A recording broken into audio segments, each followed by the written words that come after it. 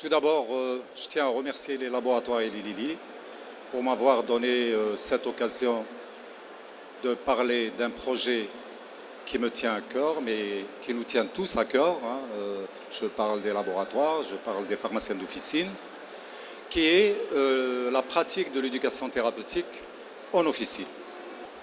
Alors, aujourd'hui, je ne vais pas parler de l'aspect technique de l'éducation thérapeutique. Je vous présente tout de suite le plan de ma présentation. Je fais un bref rappel sur les maladies non transmissibles. Vous allez comprendre par la suite pourquoi c'est important de pratiquer l'éducation thérapeutique en officine. Donc, je fais un rappel sur les maladies non transmissibles avec un focus sur le diabète. Ça, c'est la première partie. Je parlerai ensuite de l'aspect réglementaire, donc ce que préconise la loi de santé 1811 sur l'éducation thérapeutique. Et en troisième partie, je vous montrerai, si vous voulez, les études qui démontrent, les études faites à travers le monde, et notamment le monde arabe, qui démontrent de l'importance de la pratique de l'éducation thérapeutique en officine. Par la suite, je vais vous présenter le projet que nous sommes en train de mettre, il est pratiquement finalisé. Le Conseil de l'ordre des pharmaciens et la Société algérienne de diabétologie, la SADIAB, en collaboration avec les laboratoires et les Lilly. Et puis nous allons finir, si vous le souhaitez bien, par un débat.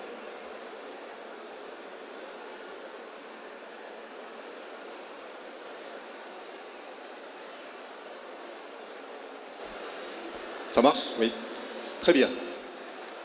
Alors, juste avant d'aller vers l'introduction, vous savez que le pharmacien d'officine, il y en a parmi nous, je vous souhaite la bienvenue, savent quelque chose sur l'importance de la pratique de l'éducation thérapeutique des patients chroniques, d'abord d'une manière générale, en officine. Pourquoi? D'abord, il y a la proximité. Aujourd'hui, vous savez tous que avec le pharmacien, on n'a pas besoin d'avoir un rendez-vous. Donc il y a l'accessibilité. On peut accéder à l'officine de pharmacie à tout moment. Et c'est gratuit. Il y a ça. Et puis il y a le pharmacien, comme vous le savez, il fait partie du parcours de soins du patient. Le patient nous fait confiance. Et puis, le pharmacien d'officine, il a la maîtrise du médicament.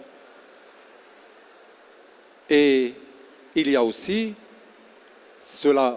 tous ces éléments-là font que le pharmacien est replacé dans son rôle, qui est celui du conseiller, d'éducateur, du dispensateur. Voilà. Donc, sans plus tarder, si vous permettez, je change de lunettes. Alors, quelques chiffres sur les maladies non transmissibles en Algérie. Le diabète, une maladie aux graves complications qui se double d'inégalités sociales et territoriales. Son diagnostic repose sur la mesure de la glycémie veineuse, mais cela ne nous empêche pas aussi de le dépister en officine par la glycémie capillaire, comme nous avons l'habitude de le faire. Donc la glycémie veineuse, elle se fait exclusivement au laboratoire d'analyse médicale.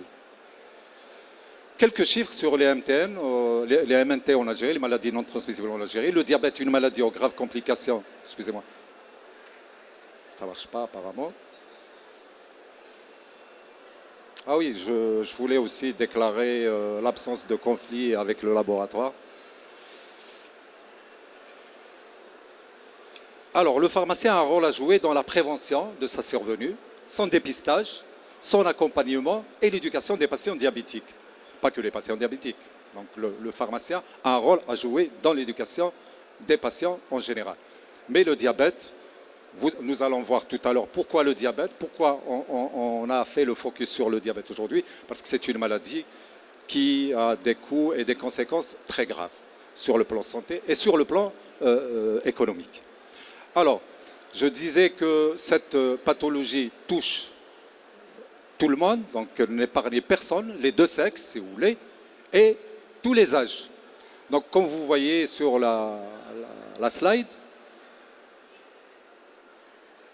elle touche aussi bien les hommes que les femmes, de tout âge. Donc, il y a aujourd'hui 14% des hommes sont touchés par le diabète et 14,9% des femmes. Ça nous fait des chiffres que vous êtes en train de voir. Alors, donc, ça nous fait 14,5% de la population algérienne qui est diabétique, bien évidemment, sans compter les personnes qui ne sont pas encore diagnostiquées. Et Dieu sait que c'est un chiffre important aussi, dont il faut justement, le pharmacien doit jouer un rôle important dans le dépistage et l'orientation, bien évidemment, pour confirmer l'existence du diabète chez la personne que vous recevez.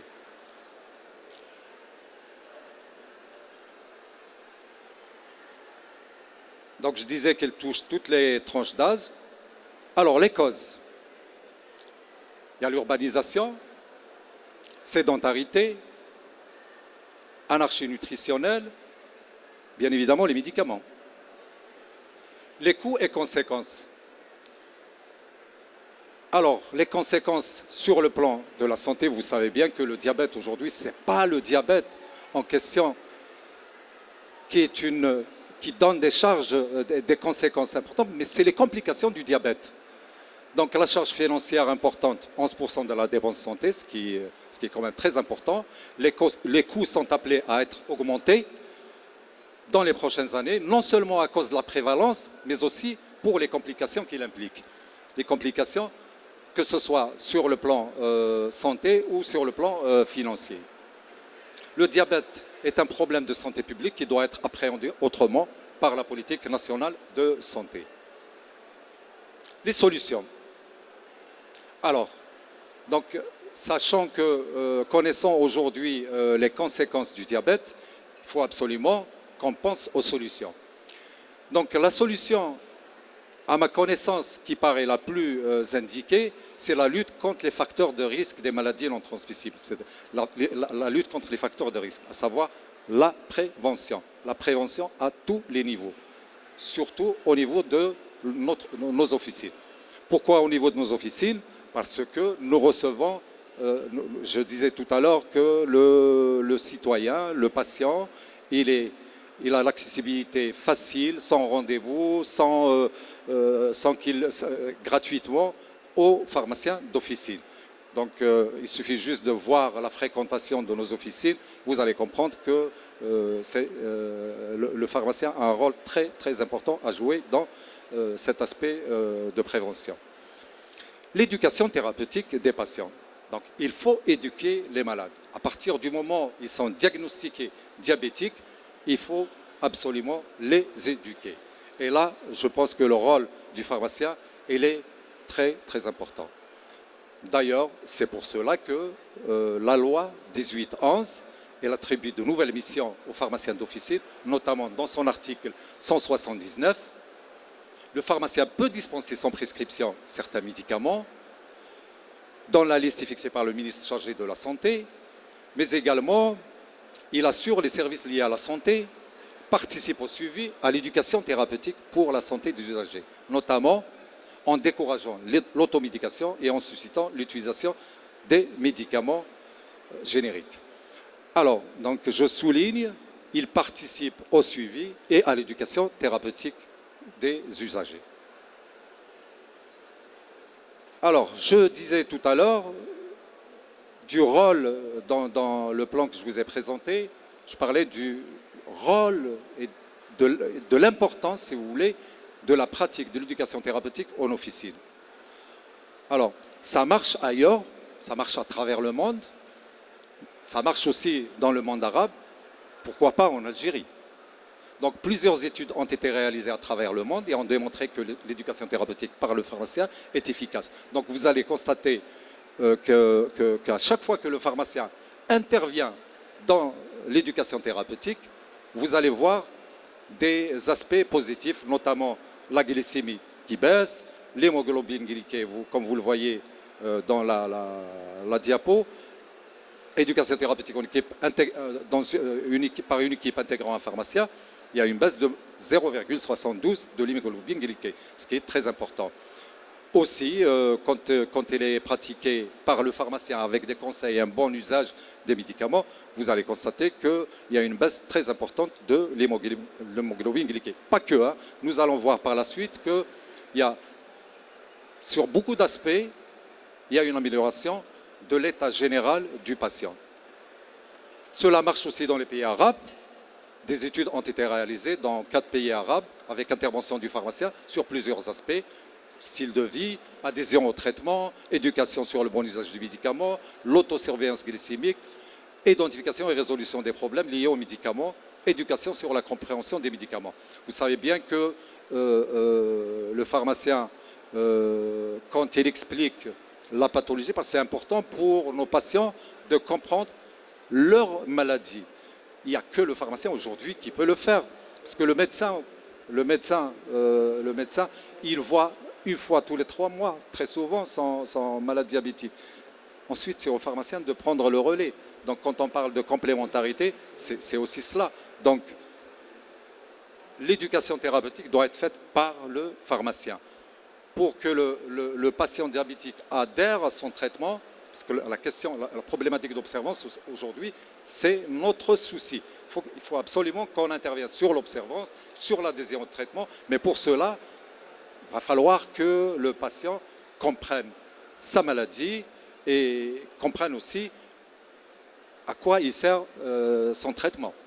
Donc le résultat de ces études a fait que l'intervention du pharmacien a donné des chiffres positifs sur l'hémoglobine glyquée, non seulement sur l'hémoglobine glyquée, mais aussi sur la glycémie à jeun, sur la glycémie postprandiale, le profil lipidique, l'IMC, l'indice de masse corporelle, sur les risques coronariens, sur la qualité de vie en général et sur l'adhésion au traitement et la connaissance de la pathologie. Donc vous voyez que l'intégration du pharmacien d'officine elle est importante à plusieurs points. Le modèle le plus adéquat aujourd'hui, c'est un modèle qui est centré sur le patient. Donc nous avons vu des résultats qui sont très encourageants. Donc ce modèle centré sur le patient, il est basé sur le suivi périodique des patients. Aujourd'hui, le pharmacien d'officine fait de l'éducation thérapeutique. Mais quelle éducation thérapeutique? On n'a pas les compétences, on n'a pas les moyens aujourd'hui en officine. On explique aux malades au fait comment mesurer sa glycémie, à quel rythme, etc. Tout dépend du patient diabétique. Donc, mais je pense qu'aujourd'hui, on doit hiérarchiser tout cela par une méthode harmonieuse de la pratique de l'éducation thérapeutique. C'est possible. Vous allez voir dans un instant que le pharmacien d'officine algérien pourra pratiquer l'éducation thérapeutique dans son officine. Alors, des études réalisées ont démontré une amélioration à chaque suivi, transformation significative du comportement des patients, très important, les coûts médicaux en baisse, nombre d'arrêts de maladie également en baisse, donc gain de productivité économique. Tous les projets en matière d'éducation thérapeutique nécessitent la standardisation des pratiques et la certification des connaissances du pharmacien. Ça, c'est des exemples CDE, certifié diabète éducateur. Enfin, il y a plusieurs certificats aujourd'hui qui attestent que le pharmacien a des aptitudes pour la pratique de l'éducation thérapeutique. Donc, aujourd'hui, la formation, elle est plus que nécessaire. Donc, je disais que nous n'avons pas les moyens, on va dire. Donc, nous avons des connaissances, nous sommes pharmaciens, bien évidemment. Mais il faudrait, à mon sens, harmoniser la pratique de l'éducation thérapeutique en officine. Donc il y a les formations en ligne qui sont approuvées. C'est une voie prometteuse pour la formation des pharmaciens et le suivi des patients aussi.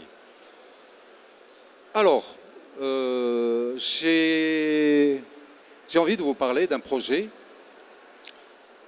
C'est un projet, il n'est pas en cours, mais il est finalisé, que le Conseil de l'Ordre des pharmaciens, donc en tant qu'institution chargée par la loi sur la mission de veiller à la compétence des pharmaciens à travers des formations continues.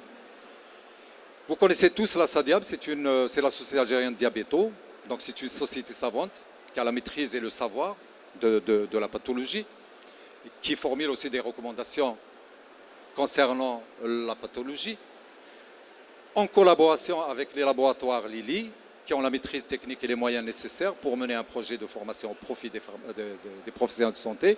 Aujourd'hui, donc, nous sommes sur ce projet, c'est un projet pilote qui va concerner un certain nombre de pharmaciens, d'officines, on va dire une trentaine, mais qui sera appelé à être élargi à d'autres groupes de pharmaciens.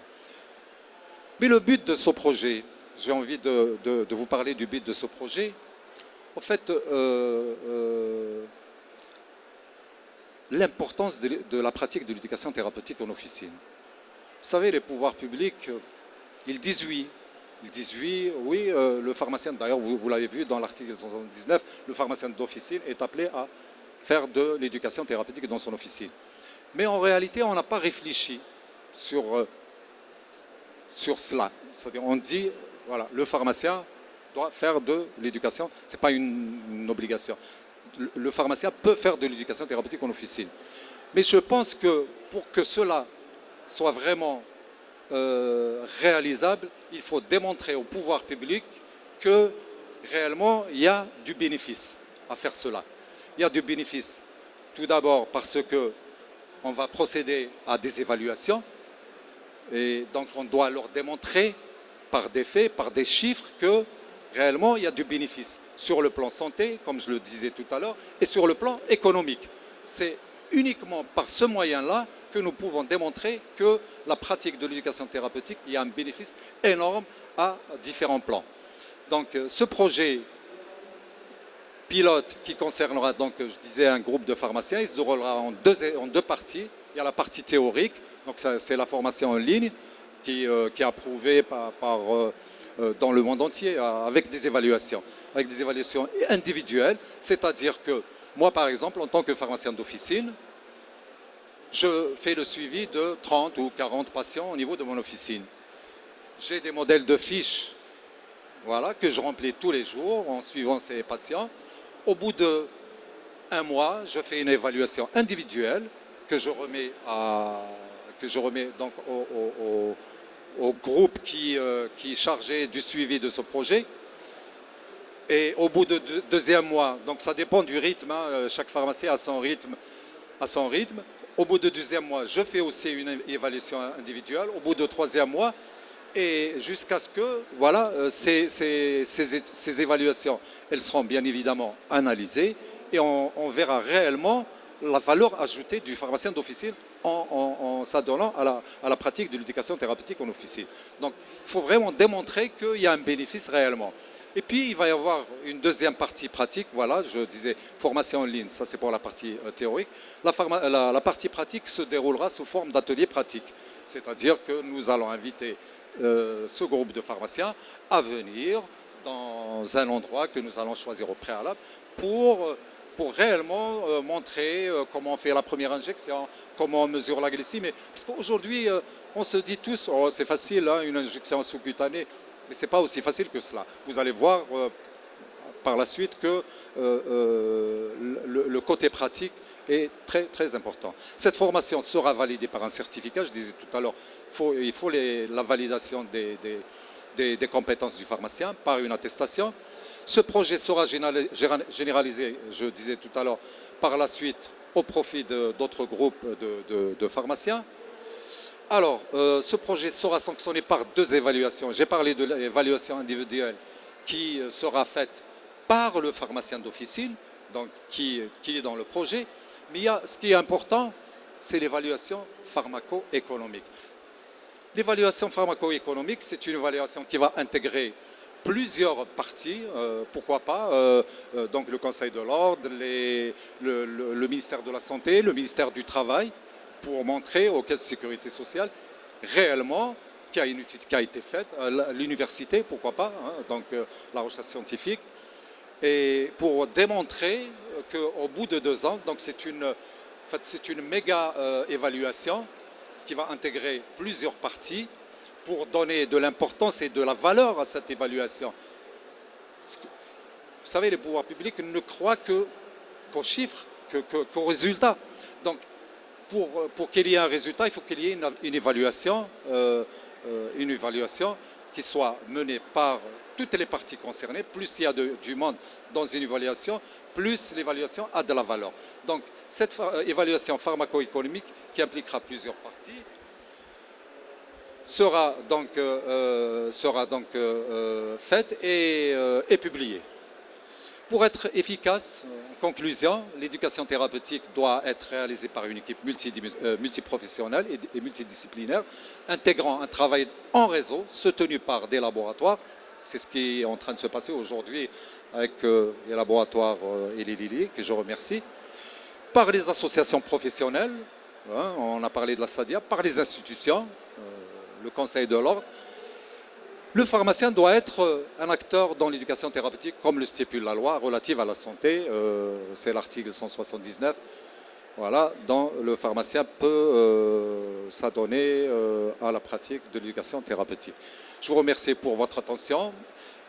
Si vous voulez bien, comme je l'avais dit au départ, nous pouvons voilà, en débattre parce que ce n'est pas une présentation pratique, mais c'est beaucoup plus je voulais démontrer par cette présentation que c'est très important de passer aujourd'hui à la pratique de l'éducation thérapeutique en officine, comme cela se fait dans le monde entier et aussi dans le monde arabe. Je vous remercie.